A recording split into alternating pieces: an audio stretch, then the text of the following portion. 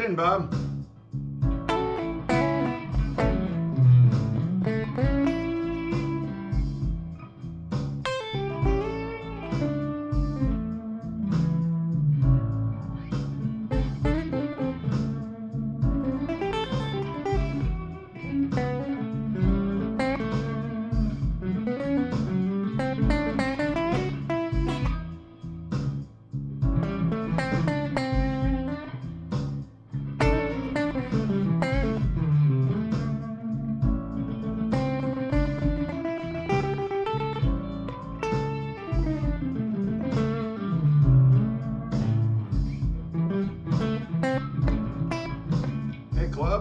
Hey, Holly.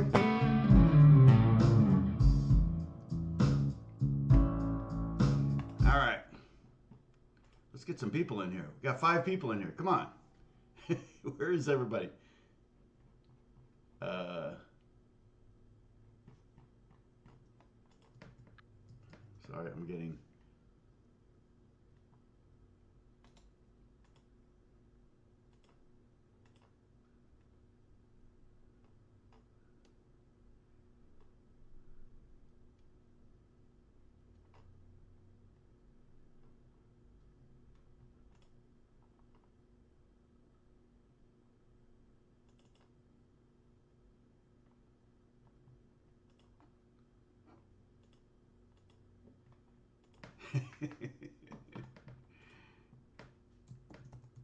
I'm sorry.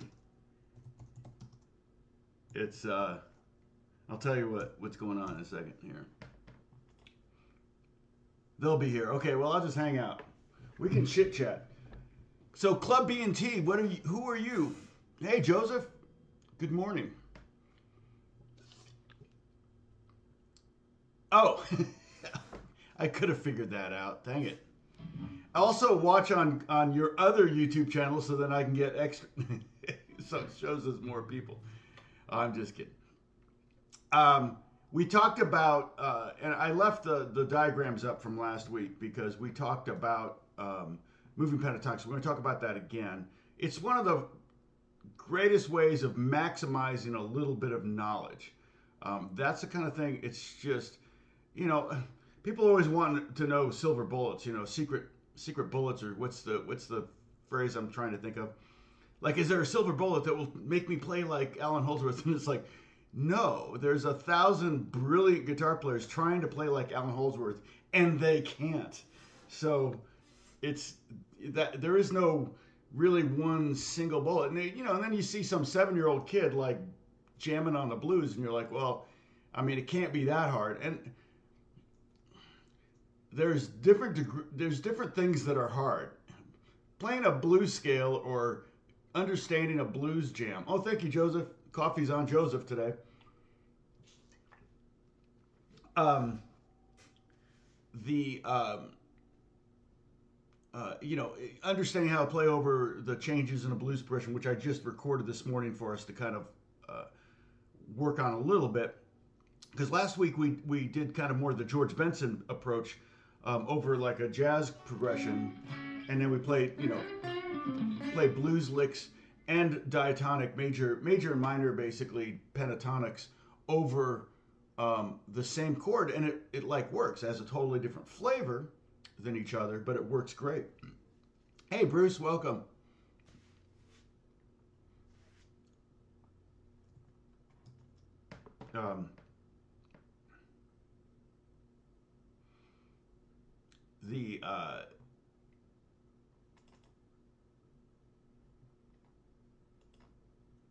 Yeah, so I'll tell you what's going on in a second. Sorry, I'm very distracted right now.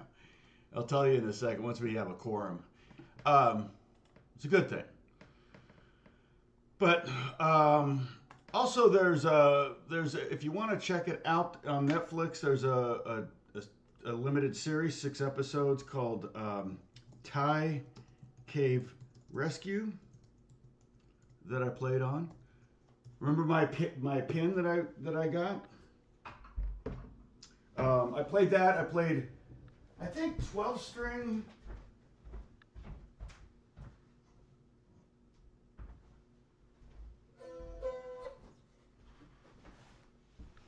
This thing, I played, I think a little 12 string. I know I played baritone acoustic and baritone electric, and then this thing a lot.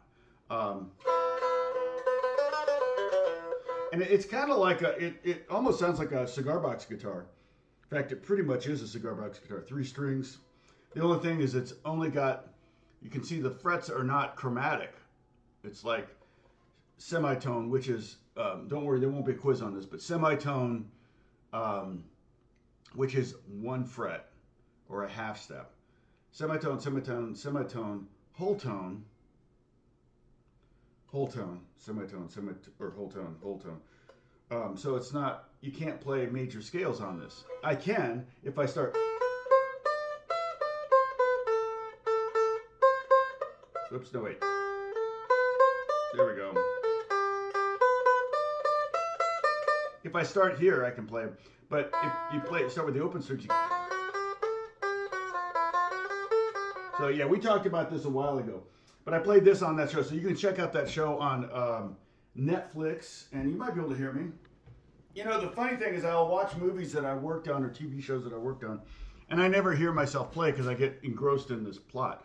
One thing I would suggest, I started to watch it last night, and I felt like the American, or the English, well, it was American,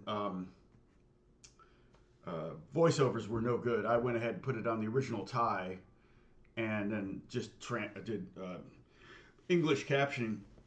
I don't know. I don't like, you know, you can't really hear the acting when they do that. I feel like they just kind of rushed it or something. It didn't seem like it lined up very good. So, Holly, yep, Dennis. Yeah, my 3 kids: Bruce, Dennis, and Holly. Who else is here? Jack Lloyd. Good, Jack. Good to see you.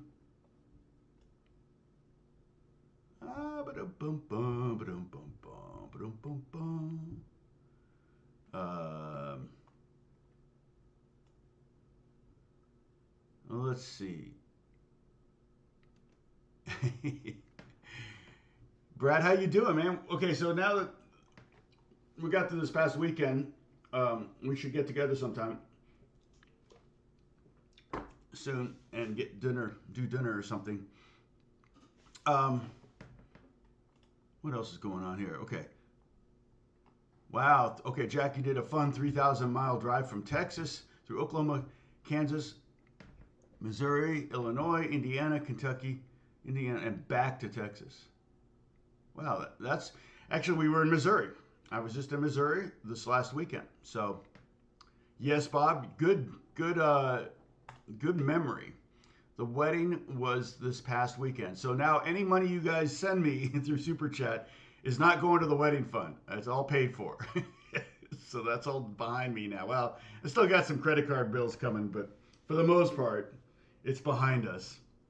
And being that we only have 1 daughter, I'm hoping that that's the that's the extent of it. We'll see. But Alex is bombing me with photos right now, and and it was funny because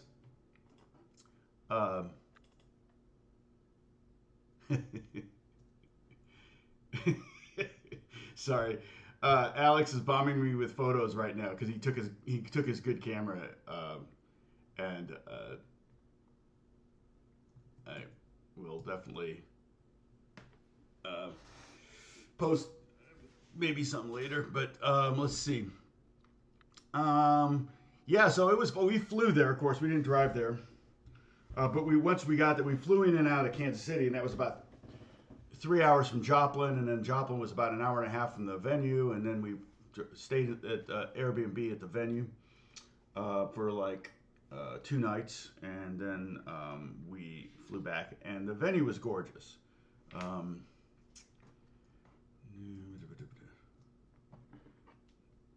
have a picture? Let's see.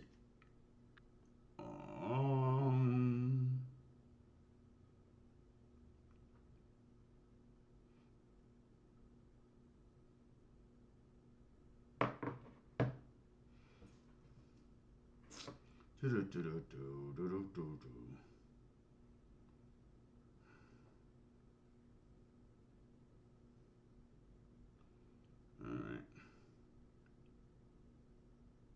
See what we got here. So it's backing up some photos here, so maybe I'll be able to. I got to organize them, but anyway. So, yeah, so that's what happened. It's funny though, because a lot of my friend Jim, before I left, he goes, "You got to watch Father of the Bride before you go."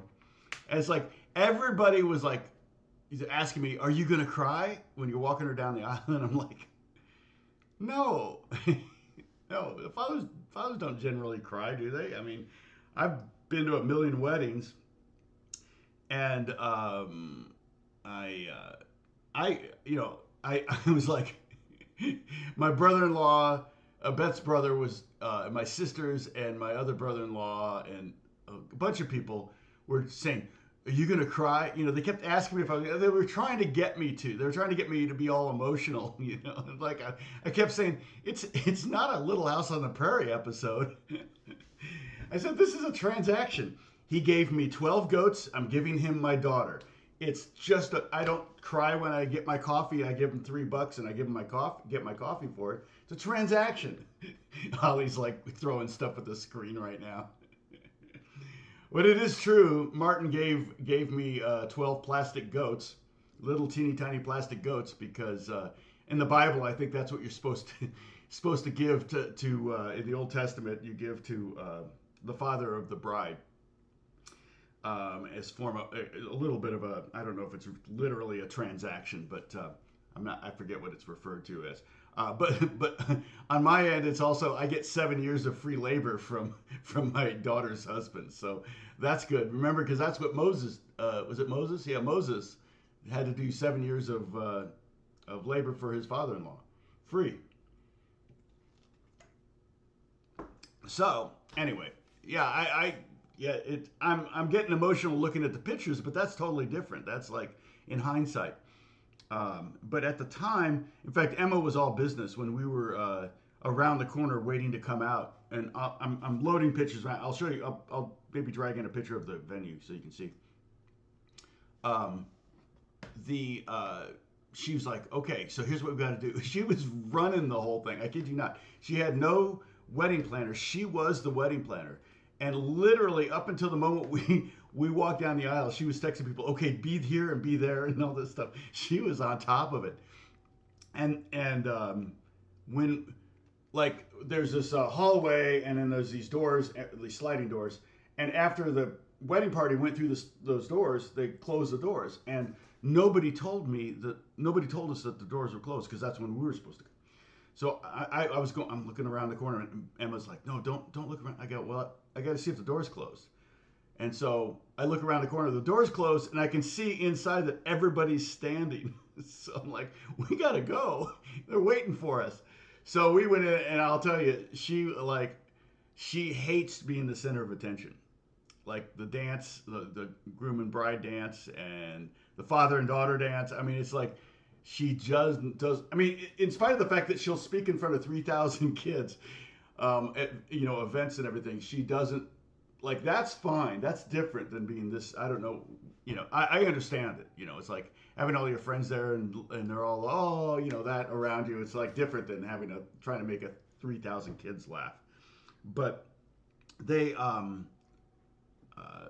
so we got down and we went really fast. Like, she just was hauling down the aisle. And so I only had one thing I had to do, and that was when they asked who. So she had two officiants. She had one of Martin's best friends and the woman that introduced the two of them, and was kind of Emma's boss at CIY, at Christ in Youth. And they were freaking hilarious. They were bouncing off each other like the Smothers Brothers. I mean, everybody was saying, including a lot of people, like church people that have gone to billions of weddings, they were saying it was the funnest wedding they'd ever been to. So it was definitely a lot of fun. We were laughing the whole time during the ceremony, and we sang some worship, and so it was really fun. And the thing was, we were actually at the ceremony. We were sitting at the tables, and we were all facing forward. But then once the ceremony's over, everybody had their tables all ready for the food, which wasn't, of course, it was an hour later because we had to do pictures and everything. But people were milling about and talking, and people were seeing people they hadn't seen in a long time and that kind of thing. My sisters were there. I hadn't seen them in a while. My niece and nephew were there. I had seen them in a while, but a lot of nieces and nephews, so it was good. Yep. So Emma, sorry, I'm scaring people off with this wedding talk. Anyway, Alex played guitar at the wedding. Jack was actually one of the bridesmaids. He wore a suit, but he was kind of emergency backup if one of the groomsmen couldn't be there. So Emma said, "Oh, he'll be a bridesmaid." So it worked out.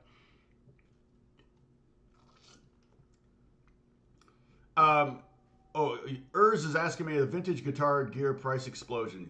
There's always been a vintage gear price explosion.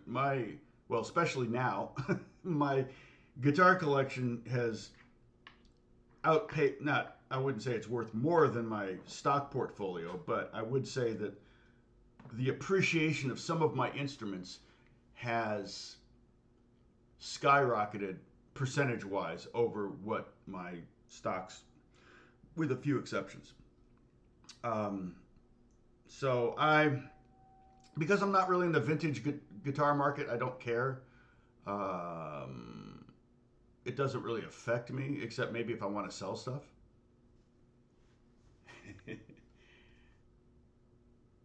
Yep, I'm repping the Culver shirt here from Indiana. That was a birthday gift.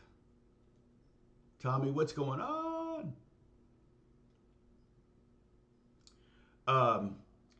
Let's see. Oh, you got a Martin D35. That's what I have. That's my main Martin. That's my main acoustic is my Martin 35. Yeah, I mean, I remember back in the day when, I remember you could get a 59 Les Paul for $500 back in the 70s. Nobody wanted them. I remember when you could get 57 Strats for $300. People were buying them and then routing them out and putting, in the late 70s because they wanted to have that Eddie Van Halen sound. They were buying old Strats, maybe 60s Strats, early 60s Strats, routing them out, putting in humbuckers and whammy bars and all that stuff. I mean, part of the reason vintage gear is worth so much, because there were a lot of Strats made back in the day, but part of the reason vintage gear is worth so much is because so many people destroy them and by changing them. I remember I almost bought a refin Strat for $2,500 a few years ago. It was quite a few years ago. It might have been almost 20 years ago now. My friend Scott had a store in Pasadena called Route 66 Guitars, right off of Colorado Boulevard. And his friend and photographer for all his guitars, and maybe it was called Guitar Gallery. I can't remember. I think it was Route 66 Guitar. I can't remember. He had this. I think it was an early '60s Strat. It was like a '62, and it was black, but it had been refin, and it was only $2,500. But at the time, that was a fortune. Now refins are getting in the 10K range. So you could have a Strat that looks gorgeous, shiny and brand new and new frets, and it's a vintage Strat, and it's like 10 grand.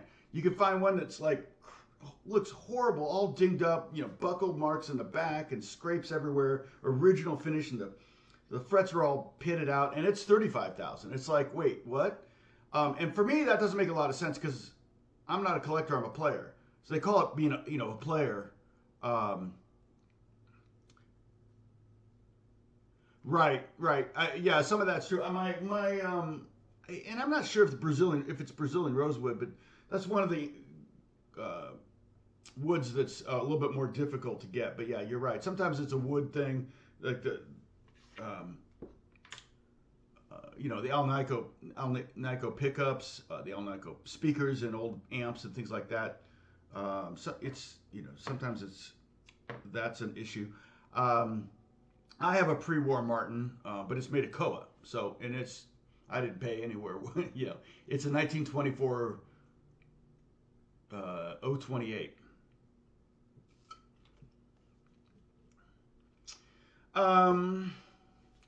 Yeah, that's a yours. I'll call you Urs. Is that okay? Yeah, I mean, you know, the older I get, the worse my ears are getting, for one thing. So, um, you know, if a guitar sounds amazing but plays horrible, it's never going to sound good to me because I'm not going to want to play it. I'm never going to hear it. So playability is almost more important to me than say the wood. I can make any guitar sound good. I mean, you know, the Bieber song, the ETA was on a $99 Squire Strat that was 100% stock. I kept the original nines. I use tens usually. I kept the original nines on it for 5 years. I think I'd changed strings before then. Eventually, it got too rusty. That guitar's around here somewhere. Where is it? That's not it. Is it? That may be it. No, it's in my gig bag. It's my church gig bag. This guitar I actually traded. This is a Japanese 54 reissue, and I traded an American, brand new American standard for this Even Steven. So, you know, normally you would never trade an American for a Japanese or American for a Mexican or, you know, whatever. But the American telly that I got, Beth bought me, and she was fine with this. It wasn't like she was mad or anything. But she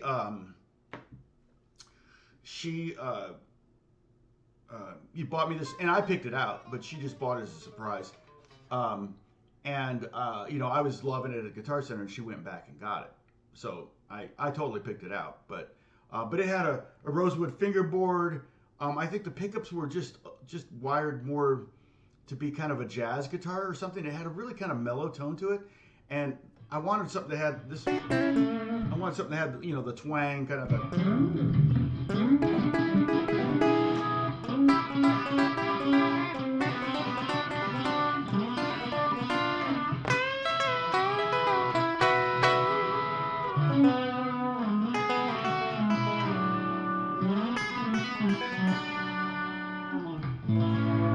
So I want something with more twang. And so when I played this, in fact, the trade was with my friend Scott, who ultimately moved his store from Hollywood, because I got this guitar in Hollywood, but when he moved his store to Pasadena, I saw him a lot more often, because he was literally walking distance from our apartment. So I was over there too much. In fact, I got my Dove from him. I got my Marshall Plexi from him. What else? I'll think of it. I think I got my lap steel from him. Actually, yeah, I think that was something Beth bought me, actually. So, yeah, we're 109,000 subs. Yeah, Bruce, we're almost to 110,000. I mean, I'll get to 200, I guess, right? When did I hit 100? I hit 100 around Christmas time. So, yeah, I mean, I don't know if it's not particularly, what's the word? Right now, it's not geometric at this point. It's more arithmetic and not geometric, but anyway, so yeah, you know, I mean, you know, if you really got to have a vintage, I mean, you're going to be paying a lot of money, and not to mention, you know, insurance. I have insurance for everything, and you know, you're going to pay about a 1.25 to 1.5% of value insurance every year. So if you have $100,000 in gear, you're going to be spending $1,500 a year on insurance. And you buying vintage Strats, you can get to $100,000 in just 3 guitars. So a dream guitar, if I had unlimited money, if I was a millionaire, yeah, maybe I'd buy I'd hunt, try to find a good Strat. The ironic thing about it is I'd probably end up settling on a 70s Strat or something like I had that got stolen. Again, I'm probably going to I would opt for a player, one that maybe has new frets, maybe has the bigger frets that I tend to like. The refinish thing I don't really care about, so if I can save $25,000 for having a really nice looking guitar, I'm not performing. So again, I'm not in front of people, so it's not like I need to be cool.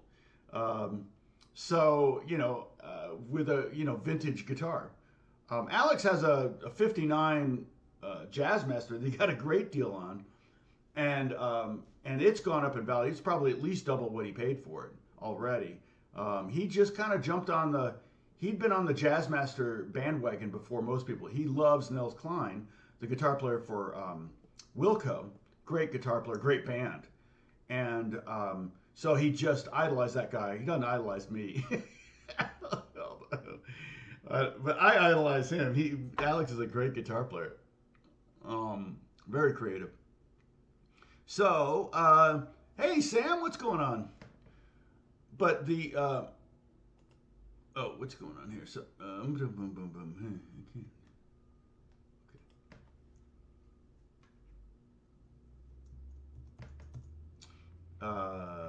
But I got to do band list too.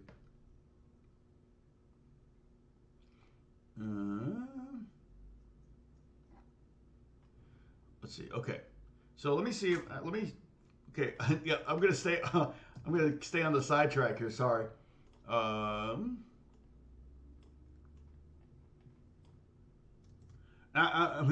gonna do a post on my Instagram. Alex did great photos. Let's see. Where are these? Weird. I want by date.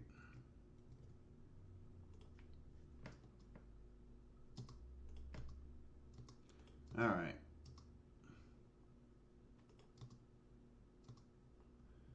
All right. Why is it? Ah, there we go. All right. I'll show you the venue. I'm gonna drag this. See if this drops in. Okay, I've got to make available offline. Okay, now let's see if I can drag this in here. There we go. Look at that. It's like the entire. All right, give me a second. It's so funny when it does this. So keep in mind this is Missouri. Gorgeous area, really beautiful area. When you live in LA, oh wait, no, that's got to stay there. Okay, I see. Oops, gosh darn it. Sorry, guys. Yeah. So there's the venue. So it's designed to be a wedding venue. Okay, that's all it is. It's just a wedding venue. It's not a church. They do like 3 weddings a week there. So that's pretty cool. Oh. Okay, delete. So that's the outside.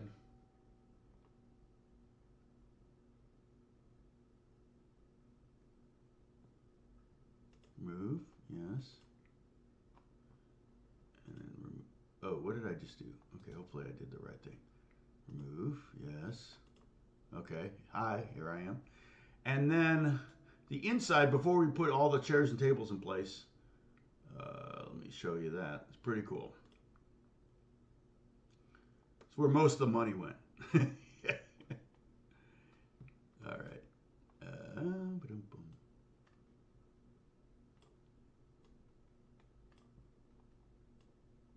Darn it. That's not what I want to move. Yeah, so you can see very green, very naturey. I mean, both the kids work in, the bride and the groom work in a church, and nobody does church weddings anymore. It's just not a thing. So, or not very often anyway. So, yeah, you can see the tables are getting ready to move into place. This is in the morning.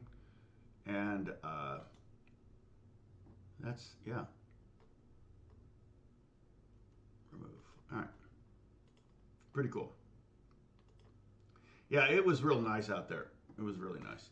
Okay, so remember a blues progression is basically 3 chords. A7, A7, D7, and E7. Not necessarily in that order. And I have a whole progression here. I was jamming to it at the beginning. But what I want to do is I'm just gonna loop the first bar, which I'm in 12/8, so it's here it is. 1, 2, 3, 4, 5, 6. 1, 2, 3, 2, 3, 4, 2, 3. 1, 2, 3, 2, 2, 3, 3, 2, 3. Okay, so it's just 12/8. Sorry, that's too loud. And there we go. So I can play remember, okay, so remember, so I'm in, right now, I'm playing over an A7 chord. I'm in A, basically, A blues. And if we line up these R's with the letter A, with an A note, then there will either be a major pentatonic or minor pentatonic. I'm going to get rid of these blues ones just for now, because we're not, or, you know, here's what I'll do. I'll make them really small, okay, and make the pentatonic ones big, because that's really what I want to talk about right now. Boop, put you over here. You go over here, little guy. Good boy. All right, make you small too. Okay, so I have them if I need them, right? But what I was telling you last week, and I tried to find, I'm sure I have somewhere in our millions of, let me see. Let me search in this folder for Pent.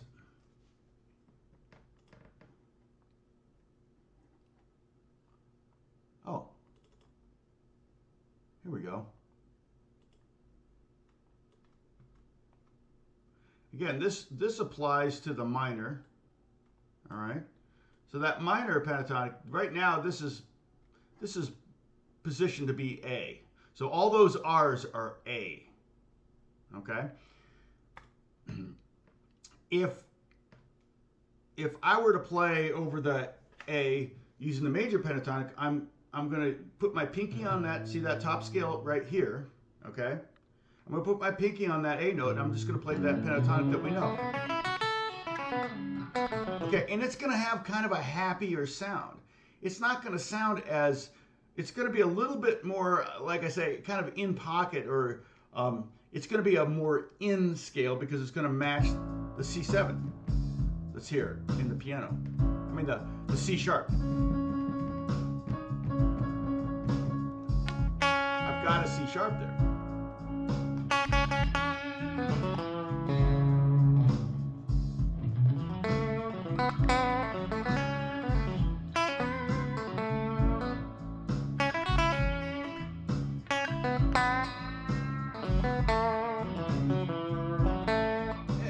It kind of is like almost more like a Texas blues, right? A little more Stevie Ray Vaughan, but Stevie would do both without thinking about it. But the notes I have are the root, the second, the third, the fifth, and the sixth. See what I did with the sixth? I gave it a little, I snuck it over the one fret, so I give it a little lilt on it, like a vocal thing. Or kind of like that Arabic bouzouki, right?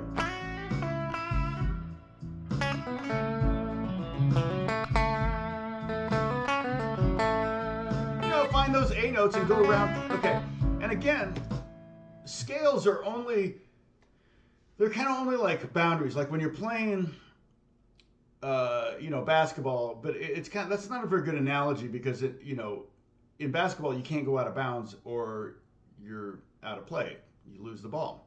So you can totally go out of bounds. All 12 notes in the key on the fretboard in any key can be justified in some way, shape, or form. I could totally probably justify any note. And so, but you need a starting point. You need a place to practice your free throws from, you know. You need, and that's kind of what we're doing. We learn this shape, and what I'm trying to share with you is that if we just move that shape up 3 frets, the major shape, if we just move it up 3 frets, we get, it's the same skill set that you have for this scale, gives you a completely different sound and approach for the chord. And I'm talking about, at this point, we're playing on the one chord, which is the A7, in an A blues. I have the whole blues here, A, D, A, D, A, E, D, A, or something. No, I think I stayed on E, but anyway. Lee Neal, what's going on? So this is just an A7 chord. So now I'm going to play the major pentatonic again.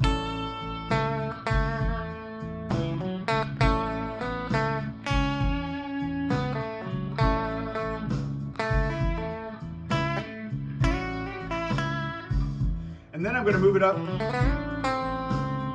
I'm moving that same scale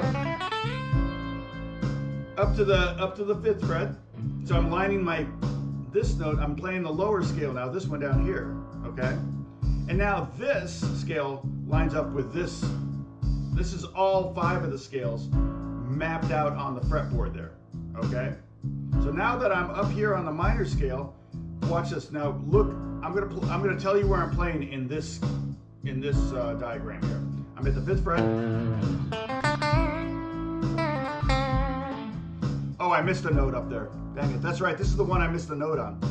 So there's that D note. It's that note. But now I'm going to go where Stevie Ray Vaughan would go a lot of times. I'm going to go up to the pentatonic, what I call pentatonic number 2.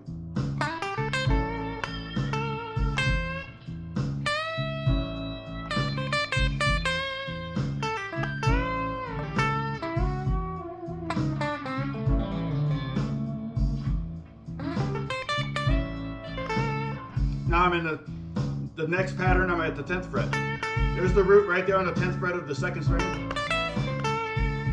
Stevie would use that a lot too. That.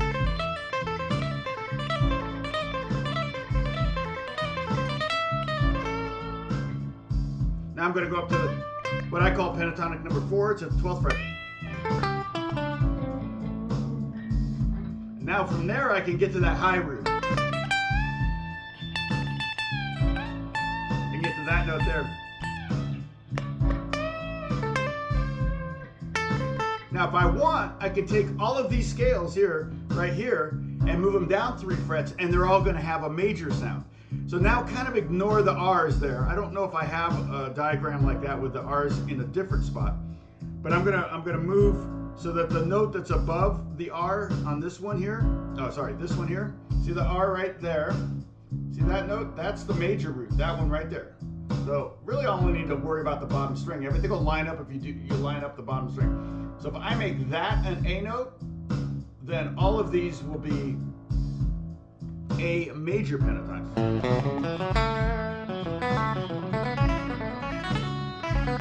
And I go to pentatonic number 2,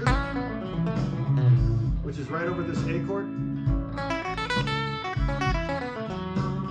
Now see, notice that.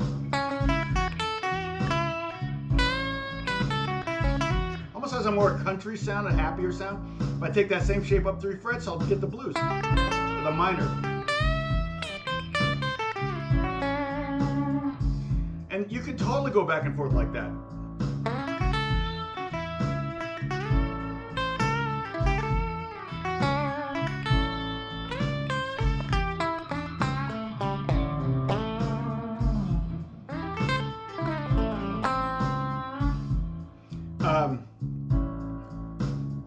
And if I keep going, go to pentatonic, what I call number 3, up to 4. I visualize this A shape right here.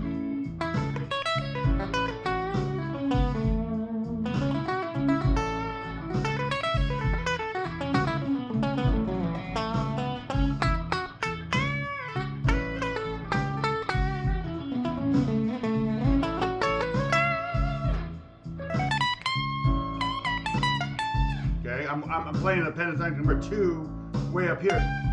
Oops, sorry. Okay, now, okay, I want you to do this with me. We're going to, okay, well, let me stay on the A for a second.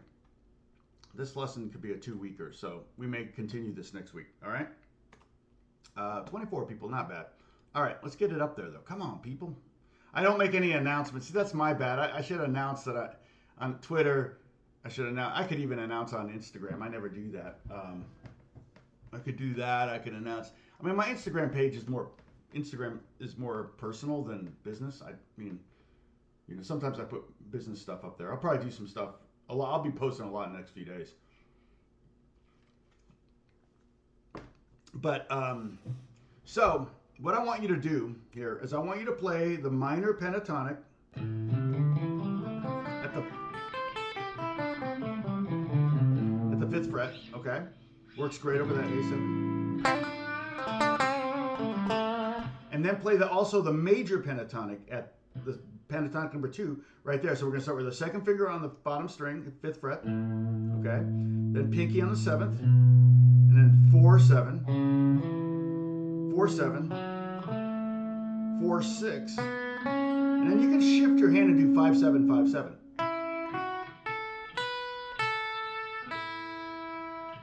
The fan makes it sound like it's out of tune to me. Isn't that funny? Where's my tuner? Pull up my tuner. Oh, I am. I'm a little flat. My ear is better than I thought. Oh, plus I was bending that string, wasn't I? Yeah, that probably did it. Okay, so again, let's do that backwards.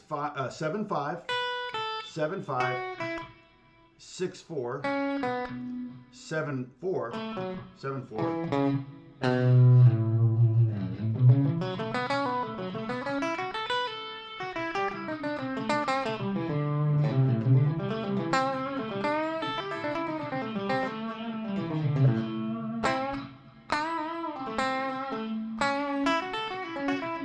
Kind of just play back and forth between them. Do snippets. And what do I mean by snippets? Holly knows. Play just 2 strings of the major pentatonic. That's the TV show. Play the top 2 strings of the minor pentatonic. Right? That sounds like Freebird. Oh no, sorry. Sounds like Layla. Right?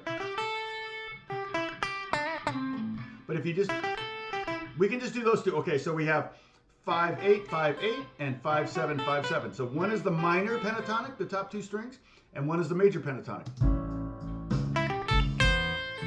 One of my favorite licks is to use both on 2 different strings. So I'm doing the major pentatonic on the 2nd string, and then the minor pentatonic on the 1st string. Okay? Now, I'm sure the first time I did that, I wasn't thinking, oh, I'll use the major pentatonic and the minor pentatonic and play them together. No. You want to be, it's got to come from your heart, it's got to come from music, but having the knowledge of that, okay, I've got these 2 scales, now how can I use them? And so what I'm doing is I'm superimposing the major pentatonic, which I don't have a diagram of. What I call pentatonic number 2. It's the one next to this one. It's the one above this one. And I'm superimposing that over this one down here. And that's how we got that. You can even do that. That might not be a bad exercise. Go up one and come down the other.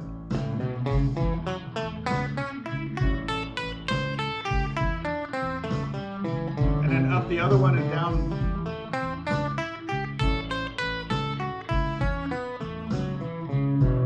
All of those notes will work fine over an A7. They may not be in an A7 chord, but they can be justified by some sleight of hand or some melodic trick. Snippets. Snippets. If I say snippets, is it a sip?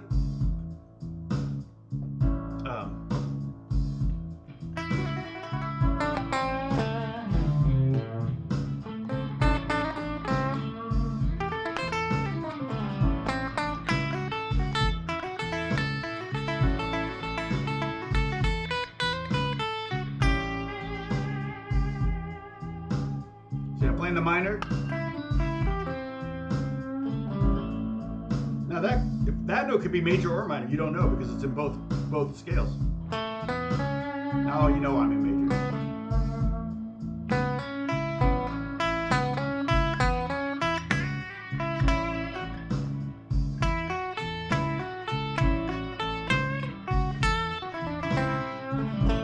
Okay, I'm gonna let it play for a second. You go back and forth. Play the minor pentatonic.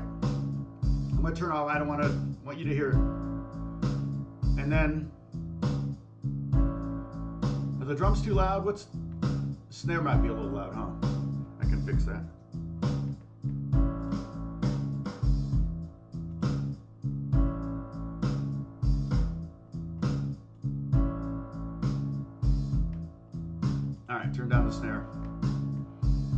The bass isn't too bad though, because I'm playing mostly high up on the neck. I mean, it's a MIDI bass, but I'm playing higher up the fretboard. Trying to keep it from being too. So, I'm in snippets. I'm in minor, D major. Okay, and I could bounce this. Now again, we haven't gotten. It gets a lot more complicated when we add another chord. All right, so here's the thing. And again, I don't want to like scare you away here, but if you start small and then add stuff to it, like that snippet, you could do a couple things. You could go, okay, now I'm going to do the third and the second and third string. So those are the notes in the minor pentatonic. 8, 5, 7, 5. Right? We don't have a root there. There's the root, but that's fine. Totally fine. The major notes, again, we still don't have a root, are going to be 4, 6, 5, 7. It's a little awkward. It's that shift that we have in pentatonic number 2.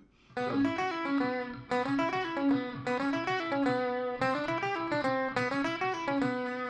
and if you look at those two, like here, you see these two notes, 5 and 7, and we had 4 and 6.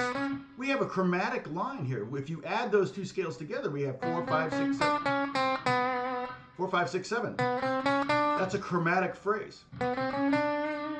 Anytime you have 3 notes on 3 consecutive frets, that would be called a chromatic phrase.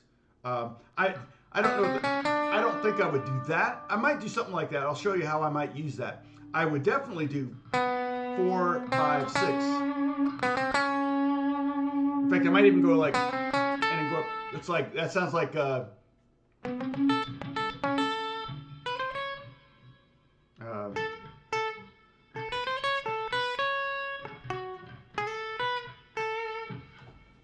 sounds like this guy.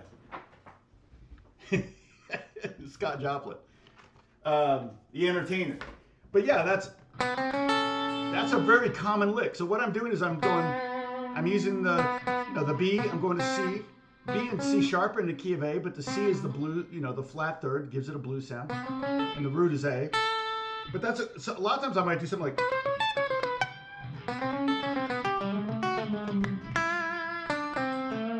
where it's a way to kind of chicken pick your way through the scale. Okay, I'm just going. In this case, I'm going down in Mixolydian scale. So I'm going.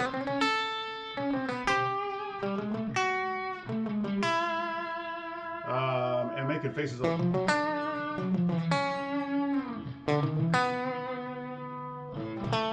don't know. I don't usually do the next 4 notes, but I usually. It's a super great exercise. I should do a video of like little lick videos like that.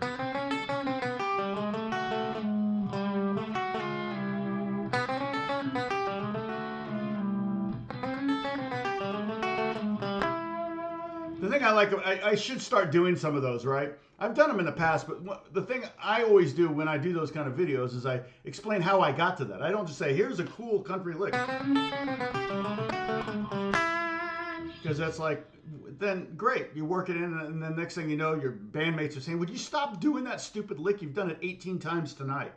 But if I teach you how I got to it, because that one, I'm sure I was imitating somebody, but it was kind of my way of doing somebody else. It's chicken picking, exactly. Normally when you think of chicken picking on country music, it's you're muting the bottom note and plucking the top note with your first finger, kind of getting a snap. So it's like.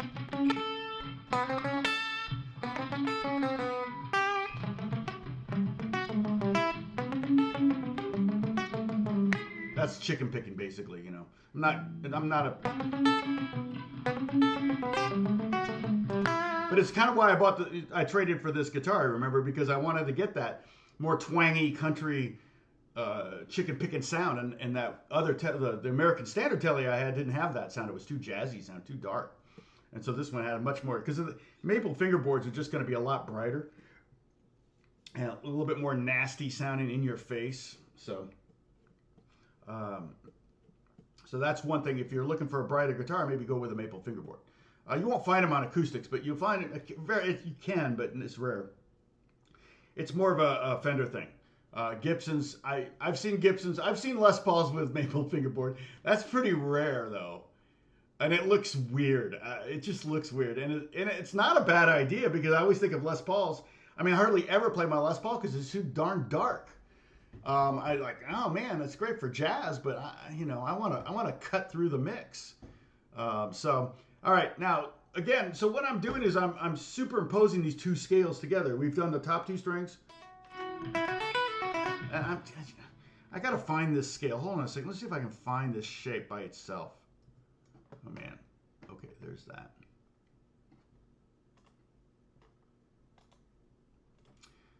Let's see.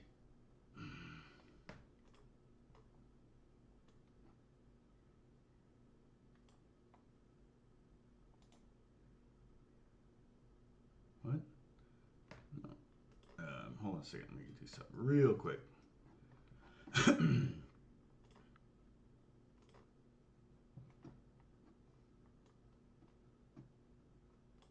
Yeah. Okay, right here. There we go.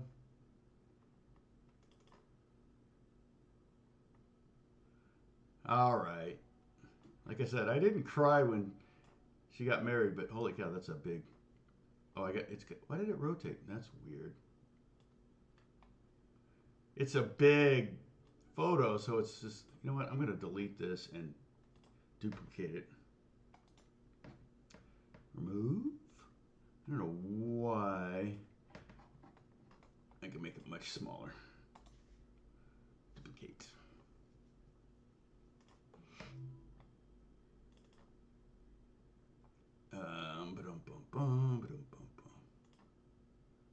Just size. Yeah, it's for, do like, if I do 800, okay. Let's see what it looks like. Much smaller. All right. There's me and Emma dancing in the father-daughter dance. Look at that. Aww. It's a great picture. Alex took that. Alex took that photo. So, okay, so I'm not doing my job here. I'm supposed to be looking. I'm trying to find, oh, I got, yeah. Okay. Oh, I know what I want to do. I wanted to look the word pent, because I probably called it pent number 2 or something. There's one. Okay. I got it. Oh, shoot. Okay. I'm going to duplicate this and I'm going to erase. Where are you? Where'd you go? Oh, there you are. Okay. I am going to erase. Let's see. Can I crop this out? Let me see if I can crop this out. Yeah. Okay. Crop. Yeah. And, oh, you know, I can add an R. Where's the R? The major. Let's see, major. Okay. So I can put an R on this. Let me do that. Boop. It's got to be white. White text. Bigger. Bold. Capital R. Where are you? Put it right. Oops. No. Where'd you go? I lost it because it was white. Dang it. Cancel. Do that again.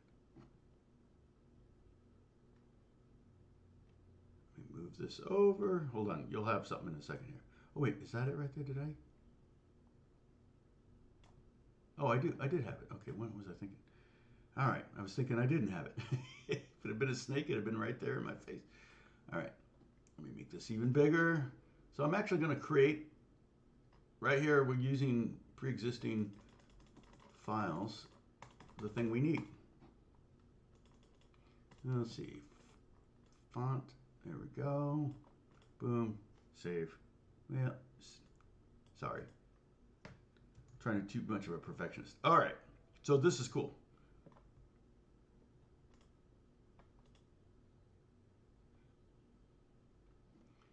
Isn't that a great pic of me and Emma? I love that. She's like, I can't wait for this to be over, this dance to be over. I said, I know, baby, I know. Neither one of us are much of dancers, you know. We're both fine in front of people. It's just, it was, oh, this was when, I am watching my feet because she said, remember when I used to dance, stand on your feet and dance like every dad and daughter does? And I said, well, why don't you do it right now? And I looked down at that moment and she's laughing like, okay. So anyway, she didn't get on my feet. Okay, so that goes away. Sorry. You guys are like, okay, Tom, that's enough. Stop it. All right, save.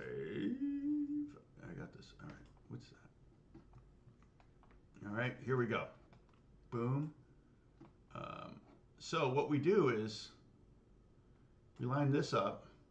If I were to superimpose these two over each other, okay, you would definitely see,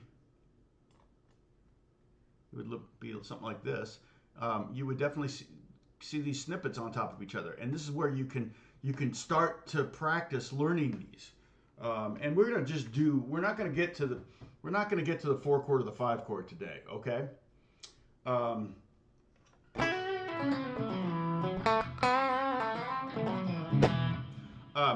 But what I want to challenge you to do is practice the top 3 notes of the minor pentatonic, and then practice the top 4 notes, top 2 strings of the major. And if you want, you can go down to the 3rd string and do a 3-string snippet.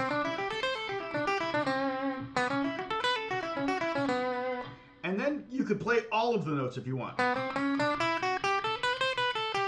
you end up creating kind of a hybrid scale of those 2 pentatonics, the major and the minor. Not that you would necessarily do that, but all of those are totally fine. So like over this A7, I might use, see, I combined, you can even do it once, I'm talking about snippets, you can make it 1 string. You could just do the 1st string.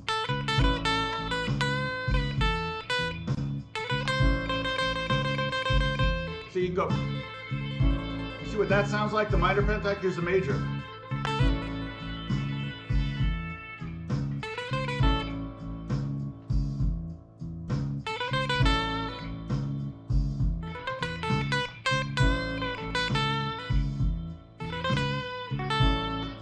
Go to the 2nd string.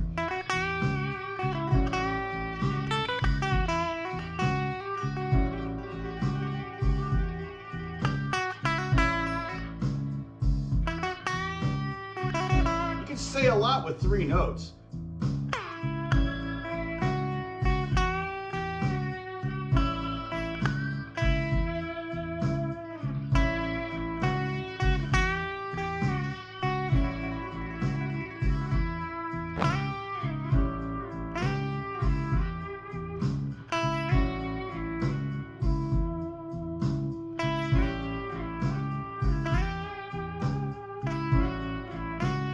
Work on your vibrato too.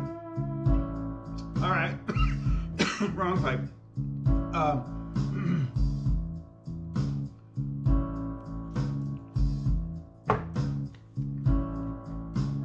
Hold on a second.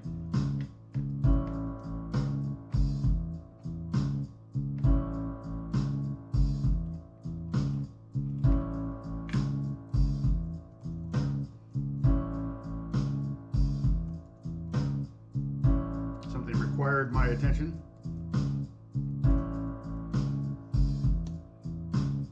All right. If I could do the bottom string. The bottom string's gonna be.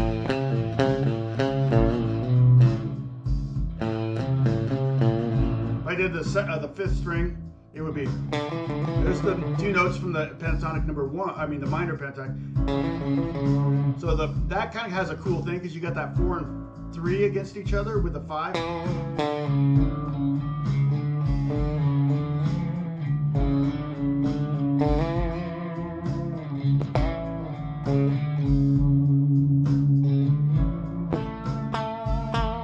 Okay, so what I want you to do is I want you to practice pentatonic, the minor pentatonic here, and practice the major pentatonic in the same position. This is huge stuff because when we talked about this, when we talked about the blues, we talked about pentatonic scales. I could take this one scale, line this finger up with the root of the chord I'm playing over, and just move it around. So my blues would sound like A, and then when it goes to D chord, I go up to the 10th fret and line this up with a D note, and then go back down here. It's kind of how Elvis would probably solo. And then go up here, okay, and that's going to sound like this. I got the whole progression here. Let me show you.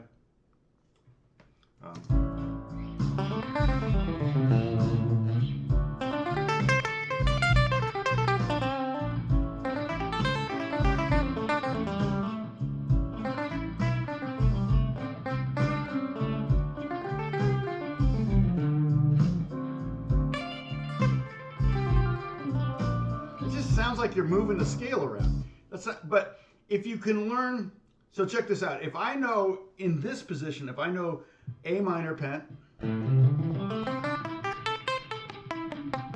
okay, A major pentatonic,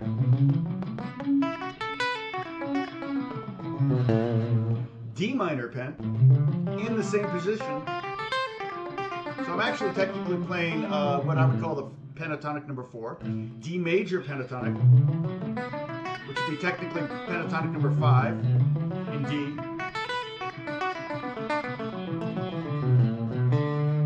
and then if I played E minor pentatonic, that's a really common one. When you get that 5 chord, you hear a lot of guitar, and it goes to. That's Stevie Ray Vaughan would do that one a lot.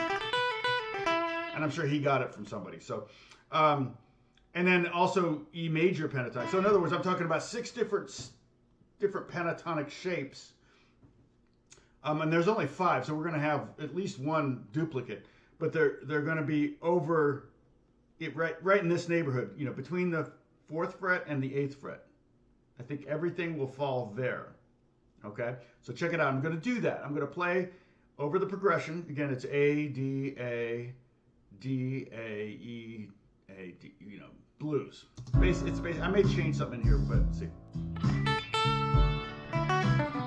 E major pentatonic, A minor pentatonic,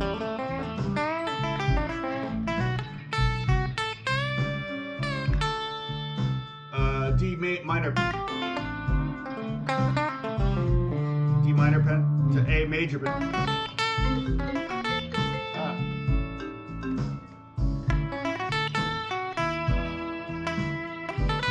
E minor pentatonic.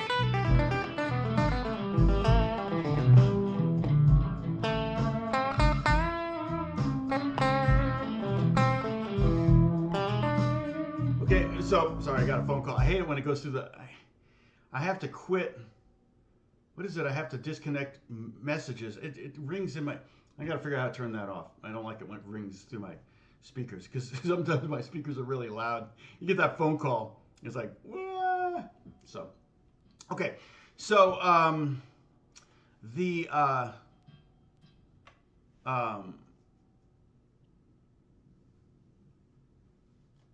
let's see. Boom, boom, boom, boom, boom. 1, 2, 3. 1, 2, 3. Yep.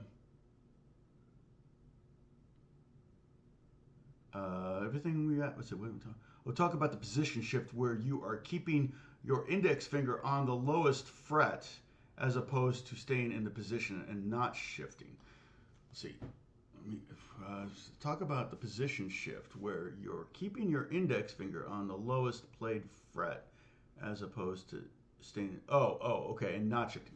You're talking about pentatonic number 1. I mean, sorry. You're talking about pentatonic number 2. So if I wanted to,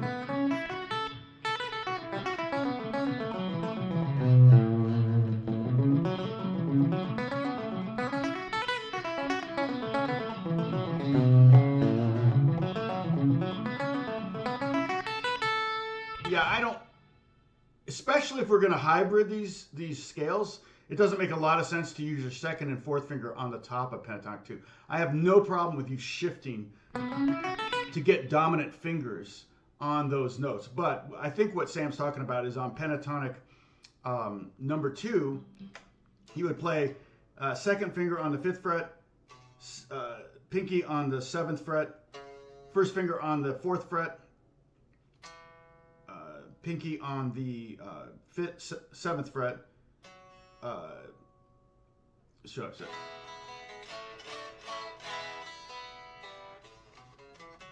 So then first finger on the 4th fret, then pinky on the 4th string on the 7th fret, first finger on the 4th fret of the 3rd string, third finger on the 6th fret, and then second finger on the 5th fret, pinky on the, it just sounds flat to me.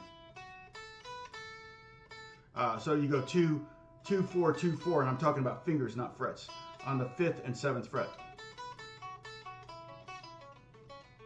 And that may be more like proper, but when the rubber meets the road, I may practice like this all day long. But when I'm at the gig or when I'm actually tracking or something, yeah, I'm gonna shift. So when you shift, I might use my third finger there, and then go up here with my first finger, or I might use my second finger there and shift up. It's whatever's most comfortable. I might do a slide there.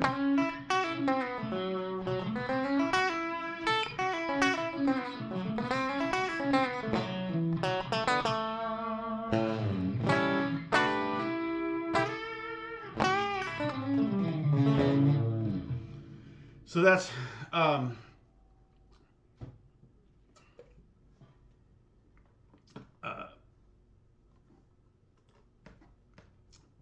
yeah, I think that's what, Sam, you're referring to. Is that right?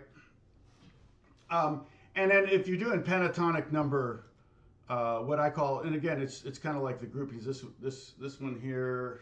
How do I do this? There we go. This pentatonic one. There's 2. That's 3. 3 has a shift you can't get around. It's got to be a shift.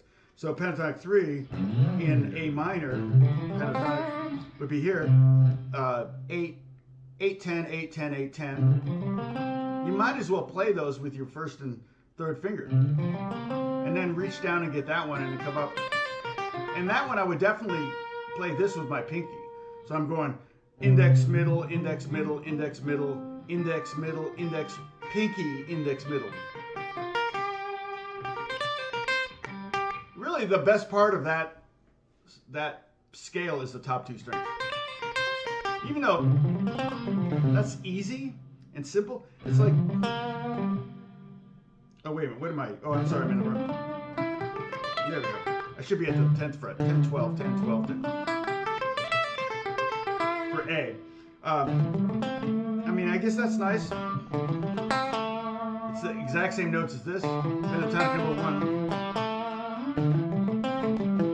I would use that. I totally use it. Or I might visualize this A chord right here. But I'm more likely to bend the 3rd string than the 4th string.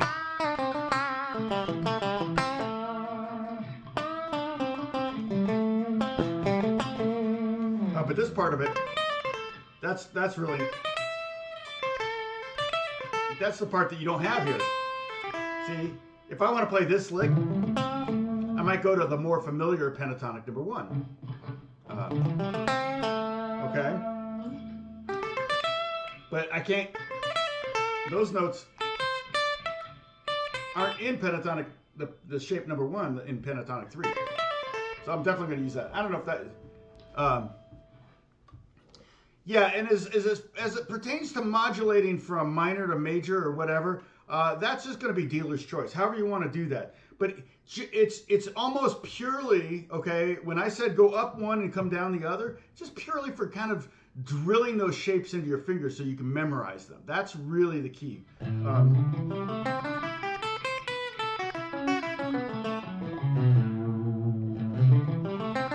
Zach Clapton did it all the time. He would we go back and forth between major and minor all the time. All blues guitars basically do, unless they're really just, they've got their 1 or 2, 3 licks that they do, and they don't really stray from that. And that's also not uncommon. You have, some guys that are just like, yeah, this is my thing. This is what people want to hear. They don't want to hear me get jazzy. So, but I think almost more valuable than going up one and coming down the other is to play little pieces of one and little pieces of the other. So like, I'm going to go back over the A chord here. Oops.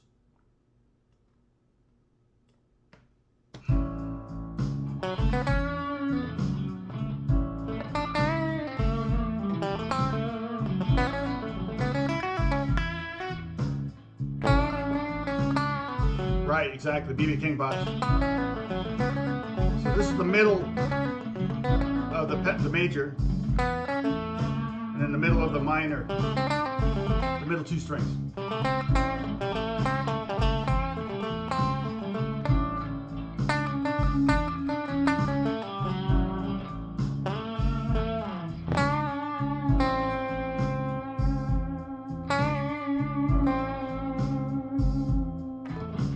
So if I combine them, I get this.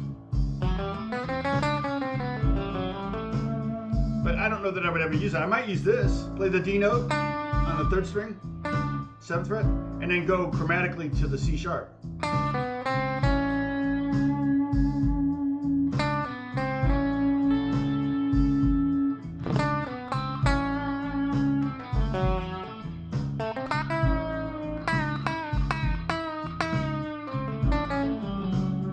Yeah, and so I might slip down.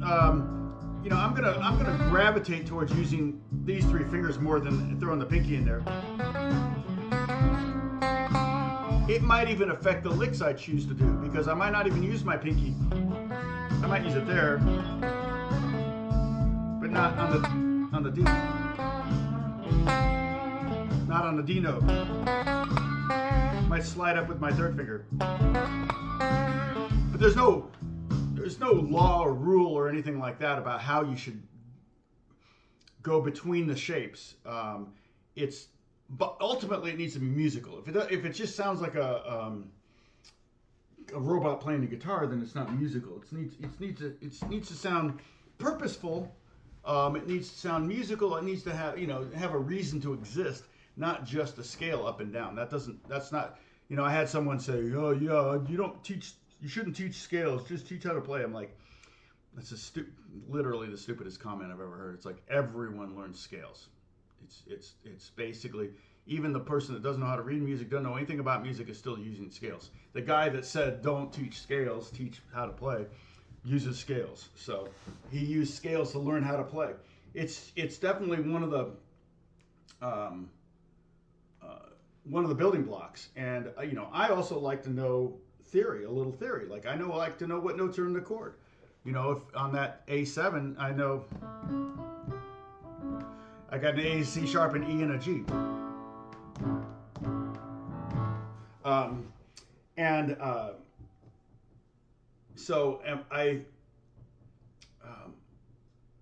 I think it's definitely one of those things that, hey Gary, what's going on?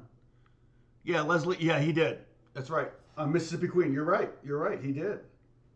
Yeah, there's a lot of, Milagro, what's going on? So what I told you a second ago about those 6 different scales, or knowing the A major or the A minor pentatonic, the A major pentatonic, the D minor pentatonic, the D major pentatonic, the E minor pentatonic, and the E major pentatonic, all in the same position, and then replicate that up the fretboard, will really start to open things up for you. Now, let me do only major pentatonics, okay? I'm only going to do A major, and I'm going to stay in the same position. I'm going to do A major, D major, and E major pentatonic, okay? Over the blues progressions.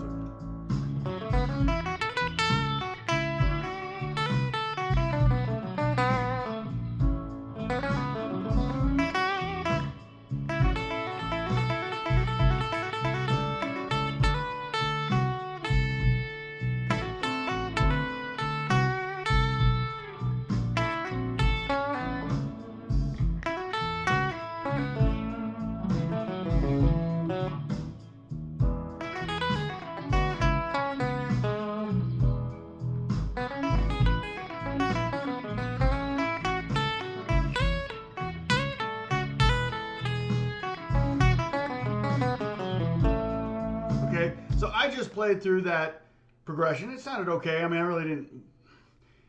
It's kind of hard to do because I'm saying do not play blues, do not play minor, do not, I'm trying to stick to the major only. So that kind of interrupts the left brain versus right brain thing. I'm doing all.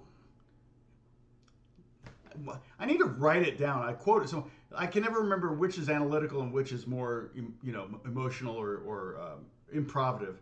One's good for reading, and the other side of the brain is good for improvisation. So it's really hard to have good improvisation when you're intentionally limiting yourself in kind of a mathematical way. Now I'm going to do the same thing, but I'm going to do minor scales only. So I'm going to play A minor here, A minor pentatonic. I'm going to play D minor pentatonic. And I'm going to play E minor pentatonic. And ultimately, okay, I told you to do 6 different scales, right? But ultimately, you'll probably weed out a couple of them, like that D minor scale, D minor pentatonic, over the D minor in this context, coming from A and back to A. I might not use that. I might gravitate more towards the D major pentatonic, and in this, and also the E major pentatonic versus the E minor. The E minor to me sounds better in an A blues than an E major. They're both correct. But one just is like, oh, okay, that sounds more like blues to me. And so now I'm gonna do the 3 scales I'm gonna use are the A minor, like I said, and the D minor pentatonic and the E minor pentatonic.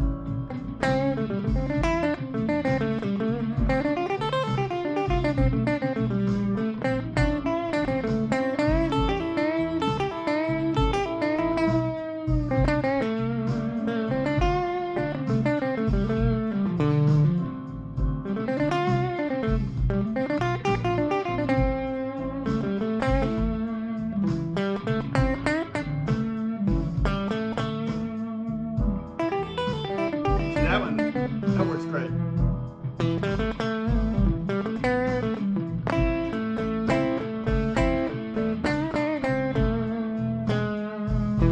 I went to the major there, but anyway. So yeah, and it almost feels like when it goes to E, the 5 chord the first time, I almost feel like E minor pentatonic works better, but it almost felt like when I did the turnaround chord, the last chord in the progression goes back to the E chord. It almost felt like I wanted to hear that G sharp, so maybe you can go to the E major. So it's dealer's choice. If you're soloing, it's up to you how you do it. But it would be great to be able to not only do it in the essentially 5th position, to be able to do it in the 7th position, the 10th position, the 12th position, the 3rd position, all up and down the fretboard, and seamlessly slide and bend and all that, hammer on all through all those scales, right? Again, you're ultimately only learning 5 shapes. It's the same 5 shapes, they're just moved all over the place, so that it accommodates the different tonalities. All right, so here's what I'm just going to play. Watch. So, minor, major, minor,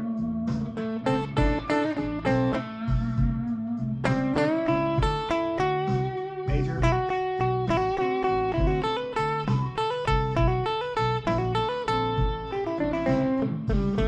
minor, then minor to the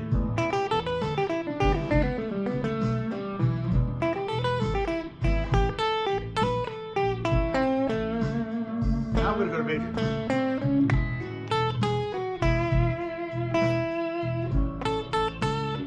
So you can see it. And again, I could feasibly use the E minor pentatonic for the complete duration of the scale. The other thing I could do is make a very subtle change to that pentatonic. We talked about this before. I can take that A minor pentatonic and take the G's and put them to F sharp for the D chord. I could take and I could take the C's and move them down to B for the minor pentatonic.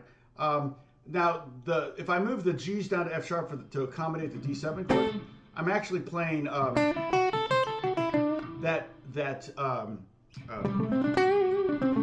right? No, let's see. No, I'm playing like a B.B. King pentatonic.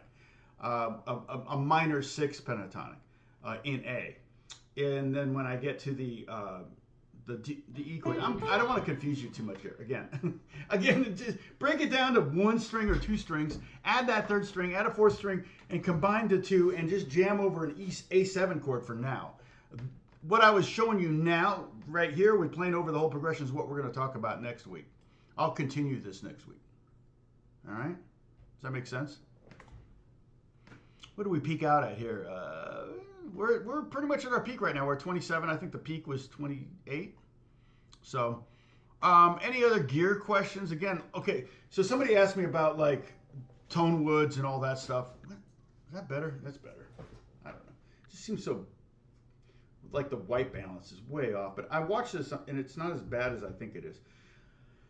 But the yeah, tone woods. I mean, my friend Pee Wee, he's like, he'll play an electric like bass, like a J bass or a P bass, with not plugged in, and listen to it not plugged in, and he can tell if it's going to sound good or not just by the tone wood. But again, if you got horrible pickups in it, then I don't care if you have the best tone wood in the world, the pickups are awful. But I like crappy pickups, so I've never. Well, I don't want to say never. I've only once swapped out a pickup on all my guitars, and it was on my Les Paul, and I thought for some reason I wanted to put a PAF, like a new version of the Gibson PAF in the lead position on my Les Paul. So I had it there for a long time and never liked the sound of the Les Paul, and I realized, no, I should have put the instead of putting the PAF in the bridge, I should have put it in the neck, because that's where you're going to want to get that more. You're going to hear the pickup more at the neck. The neck pickup, you can really hear the tone quality of more than the bridge pickup, because the string is kind of nasally at the bridge. So the pickup can only do so much. That's why it cuts through so well. So like if I want to, and of course these are 2 different kinds of pickups. It's what's called a lipstick pickup, because it looks like an old lipstick case. And then this is just a single coil pickup. But, if I were to play an acoustic and strum down here, way down at the bridge, it would sound kind of nasty. And I strum over the sound hole. Generally, I want to play over the sound hole on an acoustic, because it'll be the best tone. But sometimes you want to dig in, or sometimes you want a brighter sound or a nasally sound, then you bring your pick or your fingers down closer to the bridge. Well, and that's how pickups work. Pickups are different placements to capture different tones. If the tone didn't change, there would be no reason to have 3 pickups on a Stratocaster, but the tone in each of those positions is different. And but in the case of a Tele, the pickups are different as well, so you're adding a second component.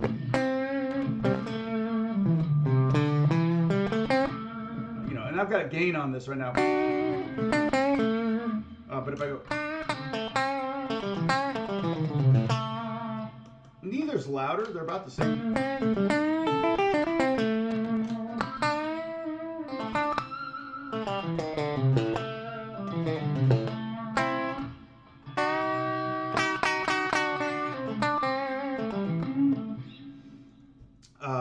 And then, so if I go to a clean sound, I think I got a clean sound here. Let me see what it sounds like. I haven't listened to it yet. Okay, that's clean. It's also loud. You can hear the. Okay. That's the neck. Now I actually have a 4 position.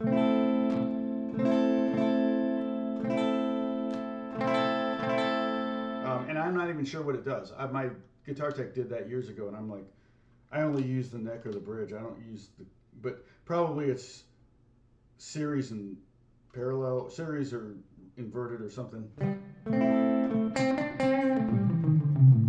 Maybe has a little bit of a Strat sound.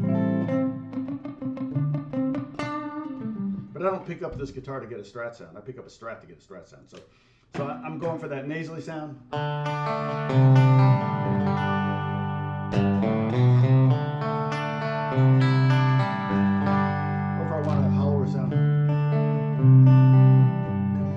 If you can hear that nuance through the microphone on the camera, but I can hear it in here. But yeah, that's yeah. Bruce kind of, some guitar players are kind of known for one. Keith Richards likes a Tele too. Yeah, that's right, Gary. Um, Country players like Telly's. Well, yeah. So I don't know. It kind of goes through phases. Um, in the studios too. Some country players like were using Gretsch's there for not Gretsch's, like 335s or hollow body, guitars. But yeah, Telly's. Everybody's got to have a Telly. And if you can have a vintage Telly, probably in Nashville. If I was trying to be a Nashville guy, I'd try to get a couple vintage Tellys. But thank God I'm not trying to be a Nashville guy. Not my thing. I don't know what kind of guy I'm trying to be. Oh, you heard the difference. Oh, that's good, Sam. Um, oh, was I playing a classic? Was I playing it with like this?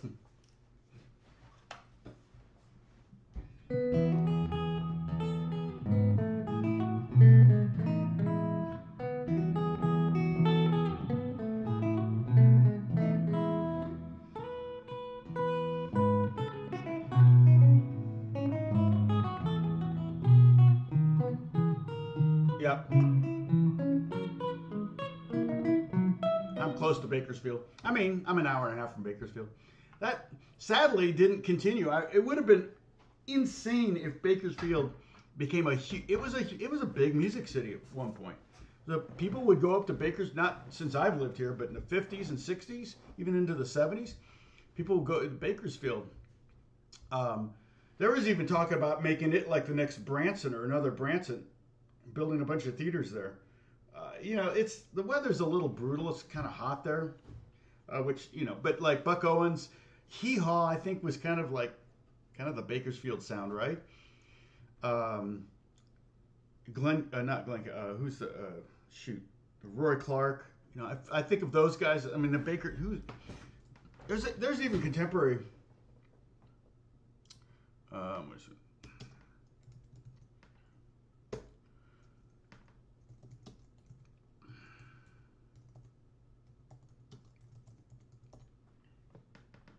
Bakersfield sound, subgenre of, yeah, mid to late 50s. Oh, developed in the mid to late 50s.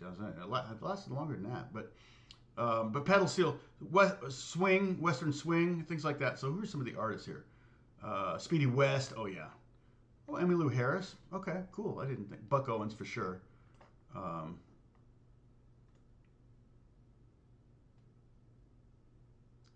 oh, Dwight Yoakam. That's the one. Yep. Thank you, Dwight Yoakam. Charlie, thank you for jumping in there.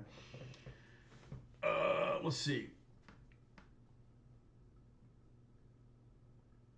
Yeah, so it's basically, I mean, Buck Owens was like the big, but Dwight Yoakam was from there. Um,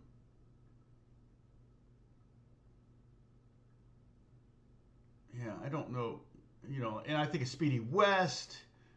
I've never heard of Susan Ray, but she's listed. Marty Stewart, okay, the Mavericks, the Railers. I don't know who Gene Stewart Shepard is. Oh, Gene Shepard, that name sounds familiar. Bud Hobbs.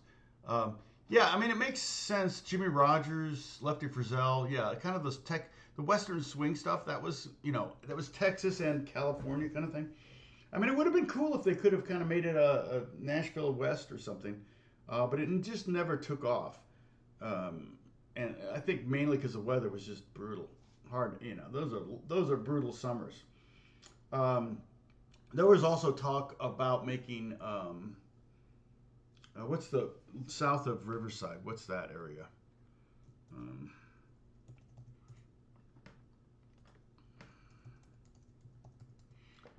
they were talking about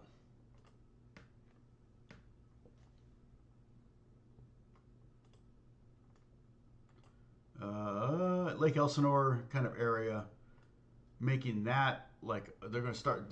They were thinking about doing like a Branson West in Lake Elsinore, like some of the, uh, maybe doing some, winters in Lake Elsinore or whatever. But I don't know if anyone ever actually built. I think there was a couple Indian casinos down there, but I don't know that anybody built a stage, a theater there. I mean, Branson has how many theaters? I was just right by Branson for the wedding. Um,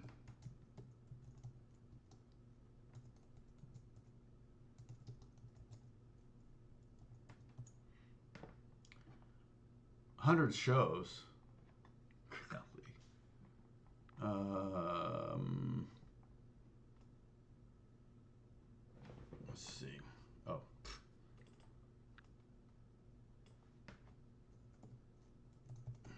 Anybody got a number for that? Oh, that would make sense. Branson, Missouri.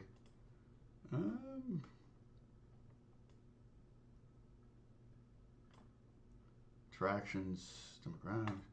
Yeah, I mean it's pretty nice down there. You know, the Arkansas, that whole thing. Let's see, how many entertainment theaters? Yeah, I don't see any with a total count, but back in the in the early '90s when we're thinking about moving to that neck of the woods, there were 30 theaters. And I've told this story before, but like I got on the horn and I called all the theaters, and because I wanted to talk to the music directors at all these theaters, and some of them were the guitar players, some were the piano players, some were the fiddle players or whatever, drummers sometimes.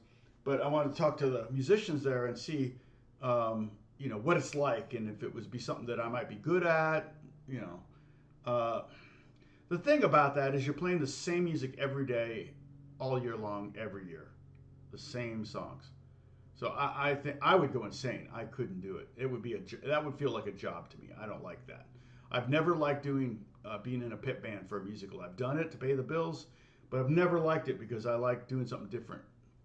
I like mixing it up. But you've got to read what's on the paper, and I'm fine with that. I don't have a problem reading, but I don't like doing the same show over and over and over again. It's boring. And so I kind of ruled out Branson, but the funny thing was when I called Branson and talked to all these guitar players, every single freaking one of them said, "Man, what's LA like? I really want to move there." And that was like, okay, well, I'm not going to leave because I'm way ahead of these guys because, I'd been in LA at that point maybe 12, 15 years or 12, 13 years. And I didn't want to have to start from scratch. No, it was about 10 years. I see, I moved here in 83, so it would have been about 12 years. And because we had a lot of friends that were moving to Nashville, and they wanted us to move with them, and I was just like, I can't, I'm not a good country player, I'm starved. So I looked at Branson because I thought, well, I could get I didn't know what the job paid, but I was looking at houses there, and you could get a 4-bedroom house on a lake for $80,000, and get a boat and water ski in the morning and go to work. That sounded like a lot of fun. But, didn't do it. Stayed in LA. I'm glad I did. I moved around a lot as a kid, so I think that's part of the reason why I haven't moved since I made the decision for myself. I moved once and that's it. So, yeah. Bakersfield's a hotbed for live streamers. Hold on a second. I'm getting a text here.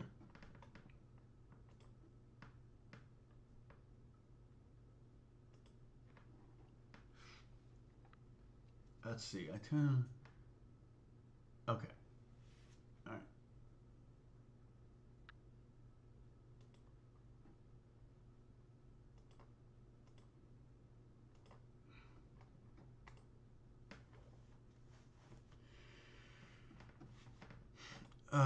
Let's see. Willie did Farm Aid, yeah. Now Willie's a Texas guy. Willie Nelson.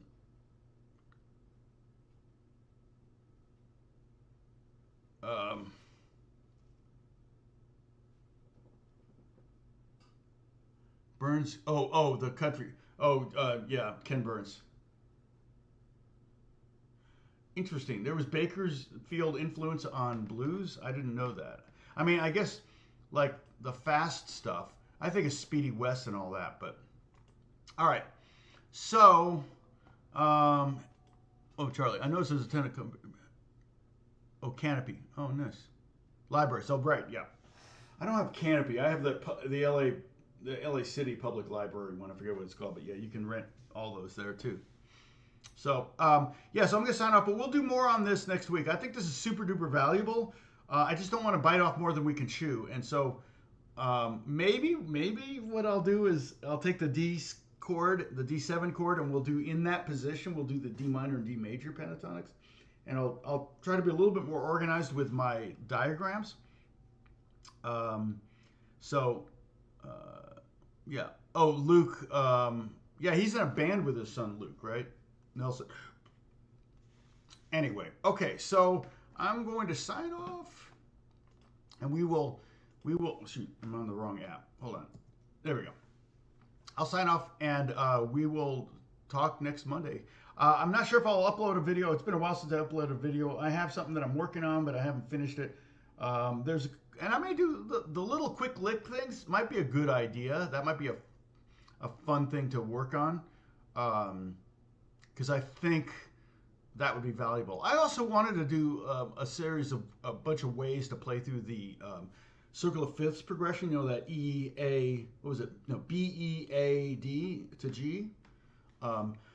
So I may do those too. That would be, it might be the next trend that I do if I'm going to do videos. I just, I can't release one a day because you'll lose subscribers, not gain subscribers. Okay.